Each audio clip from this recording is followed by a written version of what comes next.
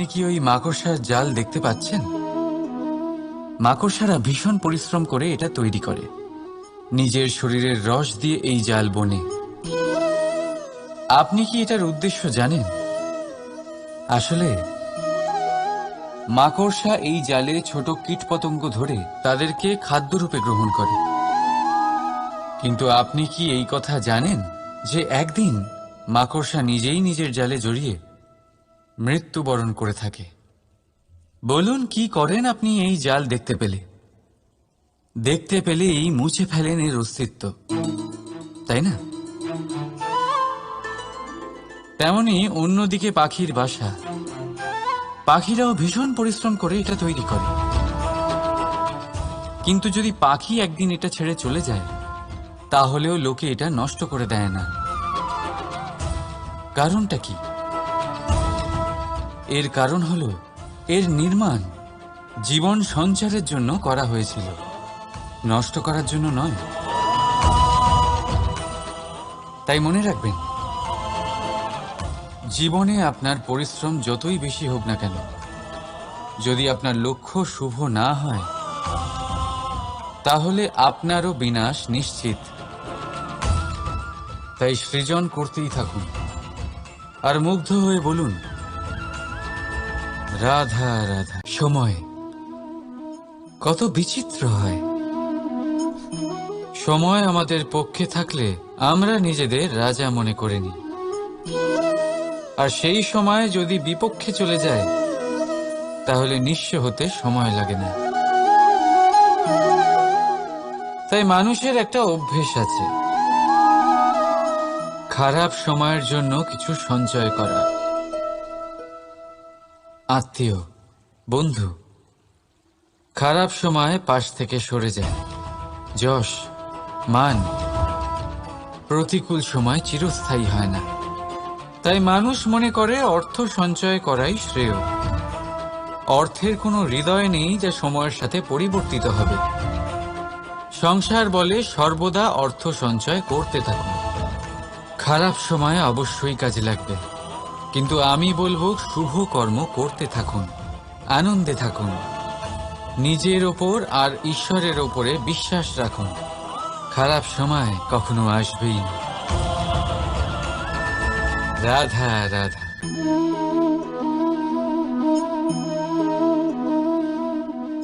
আপনার কি মনে হয় আমি কি করছি? আপনি বলবেন আমি প্রদীপ জ্বালাচ্ছি। সঠিক, কিন্তু প্রশ্ন হচ্ছে যে আমি কি আপনাকে বলেছি যে একে প্রদীপ বলা হয়? না। এই প্রদীপ কি নিজেই নিজের পরিচয় আপনাকে দিয়েছে? না। তাহলে আপনি কি করে জানলেন যে একে প্রদীপ বলা হয়? উত্তর হচ্ছে প্রকাশ, যে স্বয়ং জ্বলে অন্ধকারের মধ্যে সংসারকে পথ দেখায়, সেটাই প্রদীপ। যা নিরাশার মাঝে আশার আলো প্রদর্শন করে, সেটাই প্রদীপ।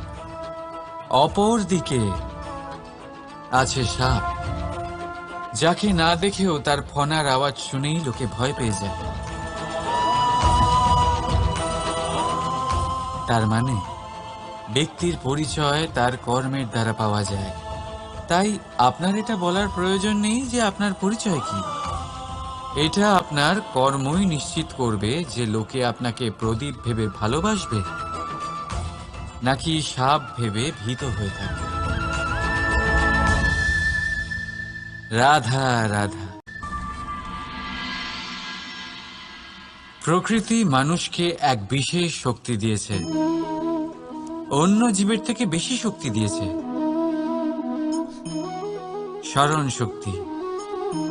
এই শক্তি মানুষকে অন্য জীবের থেকে ভিন্ন করে, ইতিহাস রচনা করার প্রেরণা দেয়, জ্ঞানকে বংশানুক্রমে এগিয়েও নিয়ে যায়। আর যারা ভুলে যান, অধিকাংশ সময় তারা উপহাস আর দয়ার পাত্র হয়ে যান। কিন্তু এটাই কি প্রকৃত রূপে সত্য? না। এই স্মরণ শক্তি মানুষের বিকাশের সব থেকে বড় বাধা হয়ে দাঁড়ায়। তার মনকে দূষিত করে দেয়। খারাপ অভিজ্ঞতা, কারোর করা বিশ্বাসঘাতকতা, কারোর কটাক্ষ বেশিরভাগ মানুষই ভুলতে পারেন না, আর তারপর প্রতিশোধ নিতে উদ্যত হন। প্রথমে সময় নষ্ট করেন প্রতিশোধের প্রস্তুতিতে, আর তারপর সময় নষ্ট করেন প্রতিশোধ নেওয়ার সুযোগ খুঁজতে। যদি সন্তুষ্টি পেতে চান, যদি জীবনে আনন্দ পেতে চান, তাহলে স্মরণ শক্তির সদ্ব্যবহার করুন। নিজের স্মরণ শক্তিকে চালনা করুন শুধুমাত্র ভালো কথা আর ভালো স্মৃতির দিকে। জীবনে আনন্দ পাবেন। রাধা রাধা। মানুষ নিজের পরিবারের জন্য কত কিছুই না করে, দিন রাত পরিশ্রম করতে থাকে যাতে তার পরিবারের প্রয়োজন পূরণের জন্য অর্থ রোজগার করতে পারে। কিন্তু শুধু অর্থ রোজগার করাটাই কি যথেষ্ট? আপনি বলবেন, হ্যাঁ নিশ্চয়ই, অর্থ দিয়ে সব কিছু পাওয়া যায়, বিদ্যা পাওয়া যায়, বাড়ি পাওয়া যায়, ওষুধ পাওয়া যায়, আর কত কিছুই না পাওয়া যায়। এই সব একটা পর্যায় পর্যন্ত সঠিক, কিন্তু একটু মন দিয়ে ভেবে দেখুন, যখন কোনো শিশু অসুস্থ হয়ে পড়ে তখন সে ওই তিক্ত ওষুধ কেন খেয়ে নেয়? এই জন্য কারণ ওর পিতা সেই ওষুধ অর্থ দিয়ে কিনেছে? না, বরং এই জন্য কারণ তার পিতা যে তার সামনে দাঁড়িয়ে, তার ওপরে তার বিশ্বাস আছে। বিশ্বাস আছে যে উনি তার কিচ্ছু হতে দেবেন না। এই বিশ্বাস, এই সংস্কার, এই শিক্ষা কখনো অর্থ দিয়ে পাওয়া যায় না। এটা পাওয়া যায় সেই সময় থেকে যা মাতা পিতা তাদের সন্তানের সাথে কাটিয়েছেন। তাই জীবনে অর্থ অবশ্যই উপার্জন করুন, কিন্তু নিজের পরিবারকেও সময় দিন, আনন্দ পাবে। রাধা রাধা। বিরোধিতা এমন এক শব্দ যা শুনে আমরা সবাই ভয় পেতে থাকি। যদি কেউ আমাদের বিরোধিতা করে তা আমাদের সহ্য হয় না। আমরাও কারোর বিরোধিতা করে কোনো শত্রুতা করতে চাই না। এই ধরনের ভাবনা আমাদের মনে আসতেই থাকে। কিন্তু বিরোধিতা, এই শব্দ আপনার শান্তির জন্য, আপনার সুখের জন্য কতটা গুরুত্বপূর্ণ তা আপনারা জানেন না। তাই যদি কাল এসে কেউ আপনার বিরোধিতা করে, তখন সবার আগে নিজেকে যাচাই করুন। আপনি কি ভুল করেছেন? আপনার দোষ কি? নিজের মধ্যে কি ত্রুটি আছে সেটা বোঝার চেষ্টা করুন, নিজেকে সংশোধন করার চেষ্টা করুন, তারপর দেখুন বিরোধিতার এই আগুন আপনাকে স্বর্ণ থেকে কুন্দন বানিয়ে তুলবে। বলা হয় এই সংসারে খারাপ বেড়েই চলেছে, কিন্তু তার কারণ এ নয় যে খারাপ মানুষ বেড়ে চলেছে। তার কারণ হলো যে ভালো মানুষ, যাদের ভালো চিন্তা, ভালো বিচারধারা আছে, তারা খারাপের বিরোধিতা করতে পারে না। যদি আপনার সম্মুখে কোনো খারাপ কর্ম হয়, তাহলে তার বিরোধিতা করতে সংকোচ করবেন না, কারণ বিরোধিতার এই আগুন মন্দকে পিছুপা হতে অবশ্যই বাধ্য করে। রাধা রাধা। জীবনে আপনি এরকম মানুষও দেখবেন যারা এটা বলে, ভাবে, নিজেকেও বলে যে উনি সেই এমন ব্যক্তি যার মতো আমি হতে চাই। ঠিক আছে, কারোর থেকে প্রেরণা নেওয়াটা কোনো ভুল নয়, কিন্তু কখনো কখনো এই প্রেরণা গুরুত্বহীন হয়ে যায়, আর আমরা শুরু করে দিই সেই ব্যক্তিকে নকল করতে। এখানেই থেমে যায় আমাদের উন্নতি। এবারে দেখুন, সংসারে শত কোটি রঙের ফুল আছে, কিন্তু তারা কখনো একে অপরকে নকল করে না। নকল করে না তাদের রং, নকল করে না তাদের সুগন্ধ। তাহলে আমরা করি কেন? প্রতিটা ব্যক্তির মধ্যে কোনো না কোনো প্রতিভা অবশ্যই থাকে, যা ফুটিয়ে তোলার সঠিক সময়ও আমাদের কাছে থাকে, কিন্তু সেই মানুষ সেই প্রতিভা নির্মাণ করার পরিবর্তে সময় নষ্ট করে অন্য কারোর মতো হওয়ার জন্য, কাউকে নকল করার জন্য। এটা করবেন না। সময়কে ব্যবহার করুন নিজের অস্তিত্ব নির্মাণ করার জন্য, কারণ কারোর ছায়া হওয়ার থেকে ভালো আপনি কারোর জন্য প্রেরণা হয়ে উঠুন। রাধা রাধা।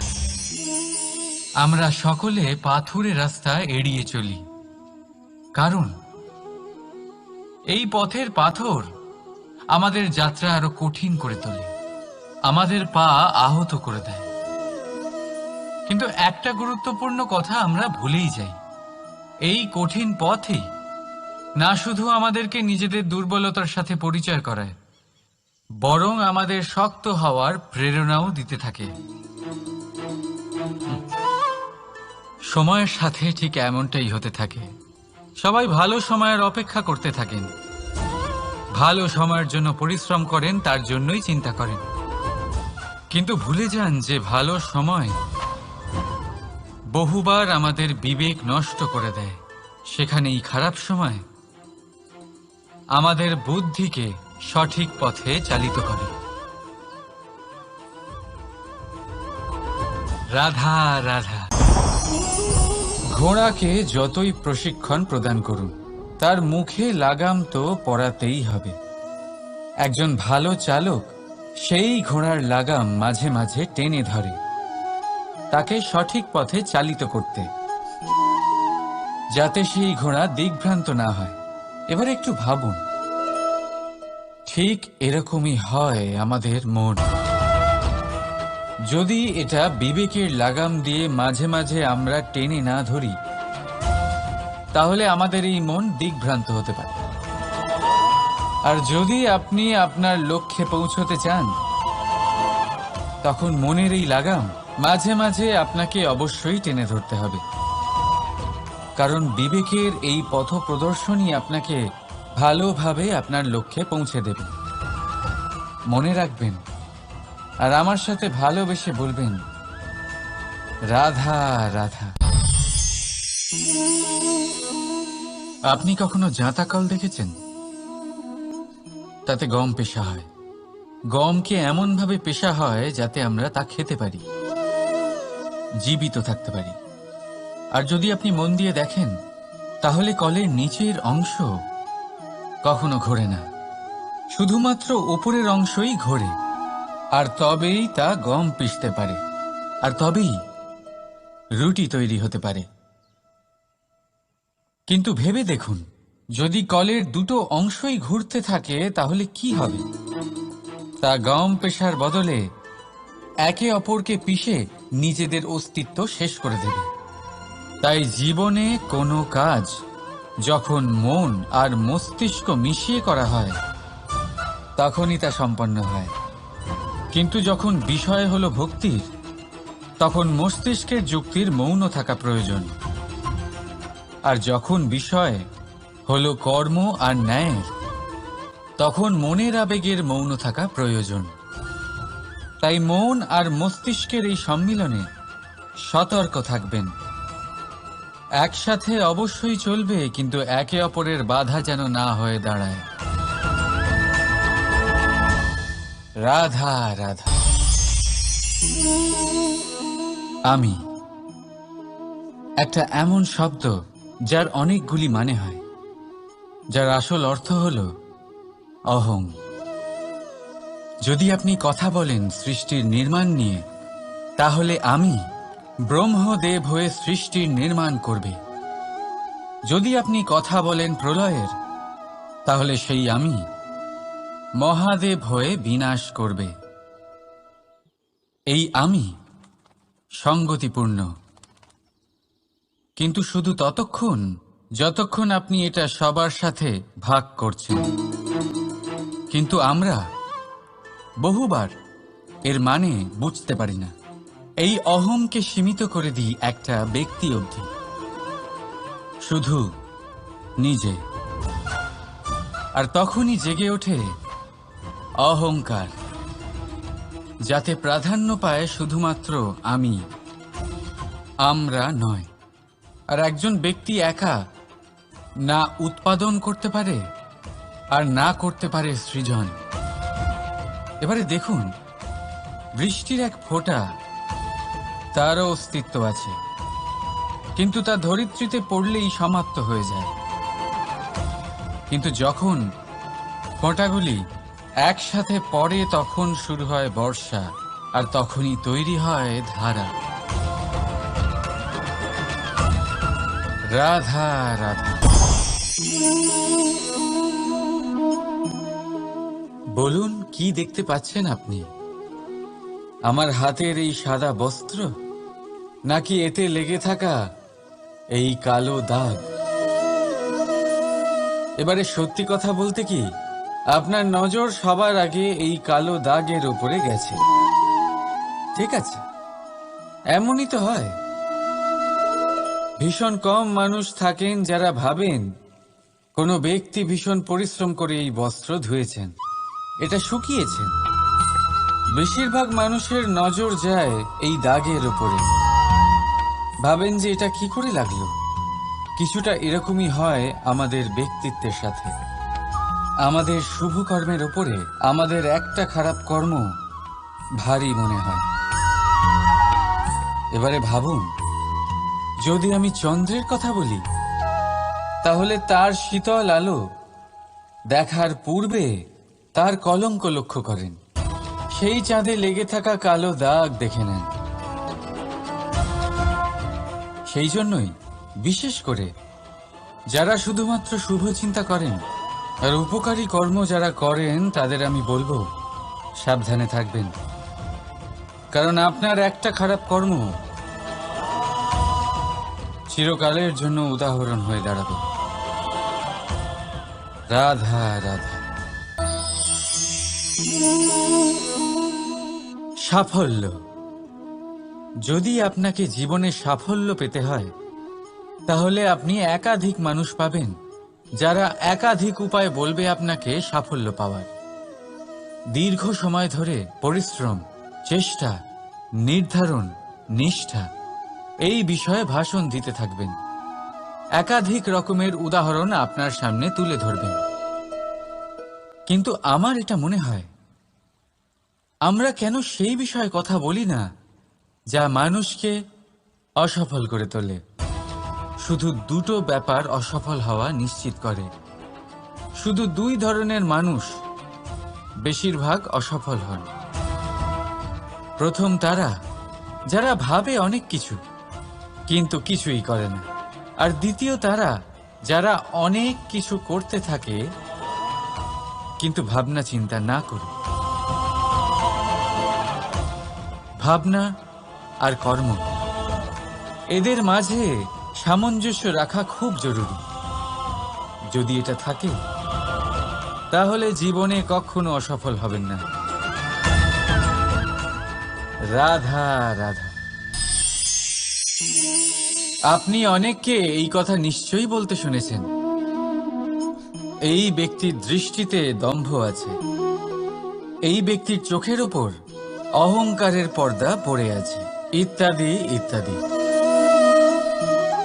চলুন, আমি আপনাকে একটা প্রশ্ন করছি। আপনি দেখেন কি দিয়ে? দৃষ্টি দিয়ে নাকি দৃষ্টিভঙ্গির সাহায্যে? ভাবুন। চিন্তায় পড়ে গেলেন নিশ্চয়ই। দৃষ্টি যে কোনো বস্তুর বা যে কোনো মানুষের শুধু বাইরের রূপটা দেখায়, যেখানে দৃষ্টিভঙ্গি আপনাকে সোজা আসল পরিচয়ের সাথে সাক্ষাৎ করায়। উদাহরণ হিসেবে চন্দ্র। চন্দ্র আমরা সবাই দেখেছি। বহু মানুষ আছেন যাদের চন্দ্র অত্যন্ত সুন্দর লাগে, আবার কিছু মানুষ এমনও আছেন যারা এই চন্দ্রের মধ্যেই দাগ খুঁজে বার করেন। এই হলো দৃষ্টিভঙ্গি।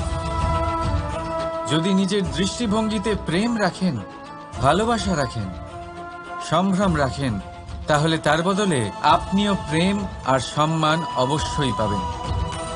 এবারে দেখুন, যে জল দিয়ে ঈশ্বরের মূর্তি ধোয়া হয় তাকে চরণামৃত বলা হয়। এটার কারণ দৃষ্টিভঙ্গি। এখন আপনি পাথরকে ভগবান ভেবে পুজো করবেন, নাকি ভগবানকে পাথর ভেবে পরিত্যাগ করবেন? সিদ্ধান্ত আপনার, কিন্তু এই সিদ্ধান্ত নির্ভর করে আপনার দৃষ্টিভঙ্গির ওপর। তাই নিজের দৃষ্টিভঙ্গি শুভ রাখুন, নিজের দৃষ্টিভঙ্গিতে ভালোবাসা রাখুন, আর আনন্দে বলুন রাধা রাধা। বড় বড় রাজমহলের বড় বড় ইমারতের চূড়া কত সুন্দর হয়, কিন্তু আপনি কি কখনো এই বিষয়ে ভেবেছেন যে এই সুন্দর চূড়ায় পৌঁছতে গেলে আপনাকে পৃথিবীতে পা ফেলতেই হবে? সেই সুন্দর চূড়ায় পৌঁছে দীপ্তি পাওয়ার জন্য আপনাকে একটা কঠিন পথ অবলম্বন করতেই হবে। যদি আপনি কোনো কঠিন পথে না গিয়ে এই পৃথিবীর সাহায্য ছাড়াই শুধু উচ্চতার দিকে অগ্রসর হতে থাকেন, তাহলে সর্বদা অসফল হবেন। সেই জন্য নিজের স্বপ্ন পূরণের এই যাত্রাতে নিজের পথ কখনোই হারাবেন না, নিজের পথ থেকে সরবেন না। যদি এমন করেন তাহলে তো আপনার স্বপ্ন পূরণ হবেই না, তার সাথে আপনি নিজের পথও হারাবেন। রাধা রাধা। কৌতুক অর্থাৎ হাসি, এটা জীবনে কতটা গুরুত্বপূর্ণ। আমরা সর্বদাই হাসতে চাই, আমরা সর্বদা অন্যের মুখে এই হাসি দেখতে চাই। কিন্তু এই কৌতুক অনেক প্রকারের হয়, আর এই কৌতুকের ভিত্তি কি সেটাও খুব গুরুত্বপূর্ণ। কৌতুক কেবল তখনই পাবেন যখন তা শুদ্ধ মন থেকে আসবে। কৌতুক তখনই পাবেন যখন তা সামনের জনকেও হাসিয়ে তার কষ্ট হরণ করবে। এবারে যদি কৌতুক হিংসার থেকে বেরোয়, তখন তা কটাক্ষ হয়ে যায়, সামনের মানুষের মনে আঘাত করে। তারপরে সে তৈরি থাকে যে কখন আপনার উপরে আবার প্রহার করতে পারবে। তাই যদি হাস্য কাউকে ছোট করার জন্য হয়, তা হাস্য নয়, উপহাস হয়ে যায়। আর তা সামনের জনকে আনন্দ নয়, শুধু অপমান দেবে। আর অপমানিত ব্যক্তির মন তিক্ত হয়ে থাকে। তাই মনে রাখবেন যে এই কৌতুক যেন কৌতুকই থাকে, তা উপহাস বা কটাক্ষ না হয়ে যায়। রাধা রাধা। মানুষ এই শব্দের সূচনা হয় মন থেকে, আর সেই জন্যই হয়তো আমাদের এই মন এতটা গুরুত্বপূর্ণ। এবারে দেখুন না, আমাদের মনই সবকিছু চালনা করে। মনই সেই যে কল্পনা করে, মনই সেই যা কল্পনাকে বাস্তবে পরিণত করার জন্য পরিশ্রম করতে আমাদের প্রেরণা যোগায়। মনই সেই যা লোভের জালে জড়িয়ে পড়ে। মনই সেই যা অভিমানের পর্দা দিয়ে ঢেকে যায়। আর এই মনই সেই যা আপনাকে বিনাশের দিকে টেনে নিয়ে যেতে পারে।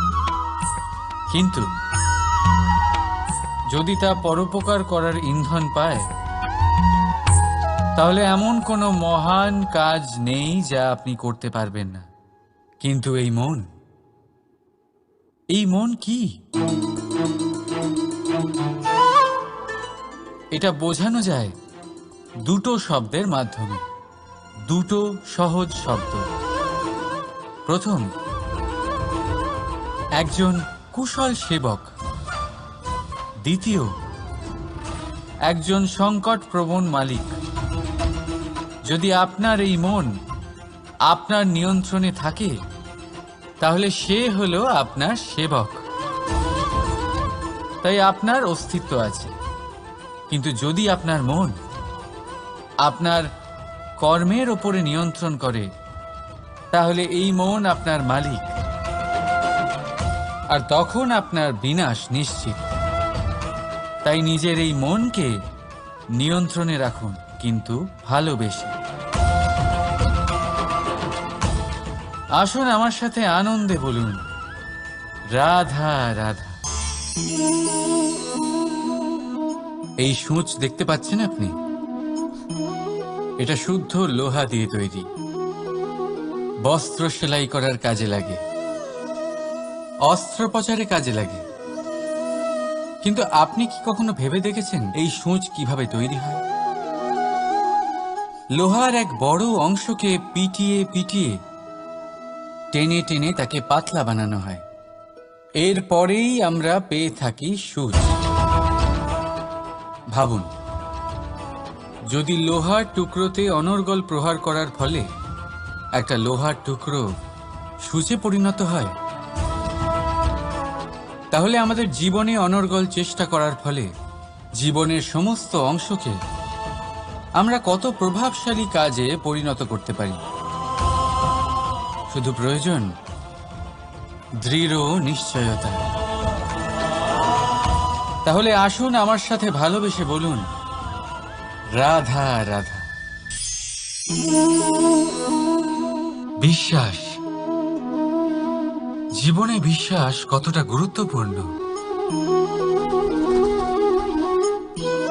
একজন স্ত্রী তার স্বামীর হাত ধরে যে কোনো জায়গায় যেতে পারেন, এর কারণ হলো বিশ্বাস। তার নিজের স্বামীর ওপরে বিশ্বাস আছে। যখন একজন মা তার ছোট বাচ্চাকে কোলে তুলে হাওয়ায় ওঠায়, তখন সেই বাচ্চা ভয়ভীত হয়ে যায় না। তার কারণ হলো বিশ্বাস। তার বিশ্বাস আছে যে তার মা তার কিচ্ছু হতে দেবে না। এক বৈদ্যের দেওয়া ঔষধ সন্তান কিছু না বুঝে শুনেই খেয়ে ফেলে। সেই বৈদ্যের জ্ঞানের বিষয়ে তার কোনো ধারণাই থাকে না। শুধু নিজের পিতার উপরে বিশ্বাস আছে যে তার পিতা তাকে খারাপ কিছুই দেবে না। যখন এই সংসারের প্রতিটা বন্ধন বিশ্বাসের উপরে দাঁড়িয়ে আছে, তাহলে কেন এই বিশ্বাসকে আমরা জীবনে আনতে পারি না? আপনি নিজেই দেখুন, এই বিশ্বাস নিজের জীবনে এনে দেখুন, সবকিছু আরো সুন্দর হয়ে যাবে। তাই ভালোবেসে বলুন, রাধা রাধা।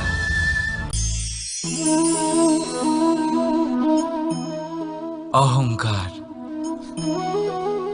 এই শব্দটা সবাই শুনেছেন। বহু মানুষকে আপনি এটা বলতে শুনেছেন যে ওই ব্যক্তির অহংকার আছে, ওই মানুষটির ক্ষমতার অহংকার আছে, ওই ব্যক্তির নিজের রূপ নিয়ে অহংকার আছে, ওই ব্যক্তির নিজের অর্থের অহংকার আছে, ইত্যাদি ইত্যাদি। কিন্তু এই অহংকার, এর অস্তিত্ব হয় কি করে? এবারে একবার এই হাতটা দেখুন। যদি এই হাতের 5 আঙ্গুল উঠে দাঁড়ায়, আশীর্বাদ। আর যদি এই হাতের 5টা আঙ্গুল একসাথে মুঠো হয়ে যায়, শক্তি, সংকটের বিরুদ্ধে ঢাল। কিন্তু এই একটা আঙ্গুল সংকটের কারণ হয়ে দাঁড়াতে পারে। এই একটা আঙ্গুল শত্রুকে আহ্বান জানায়। এবার অহংকার বলে এই শব্দটাই দেখে নিন। আমাদের থেকে আলাদা হয়ে গেলে হয় অহং। অহং অর্থাৎ ব্যক্তির মনে হয় যে সে আপনদের থেকে, নিজের বন্ধুদের এবং সঙ্গীদের থেকে, নিজের পরিবারের থেকে অনেক উপরে, অনেক শ্রেষ্ঠতর সে। কিন্তু মনে রাখবেন, এই অহংকার কোনো ব্যক্তির অস্তিত্বের বিনাশের প্রথম ধাপ। তাই ঝেড়ে ফেলে দিন এই অহংকারকে, আর বিশ্বাস করুন আমাদের ওপর, কারণ তখনই আপনি শান্তি পাবেন, আর সেই শান্তির সাথে বলে উঠবেন, রাধা রাধা।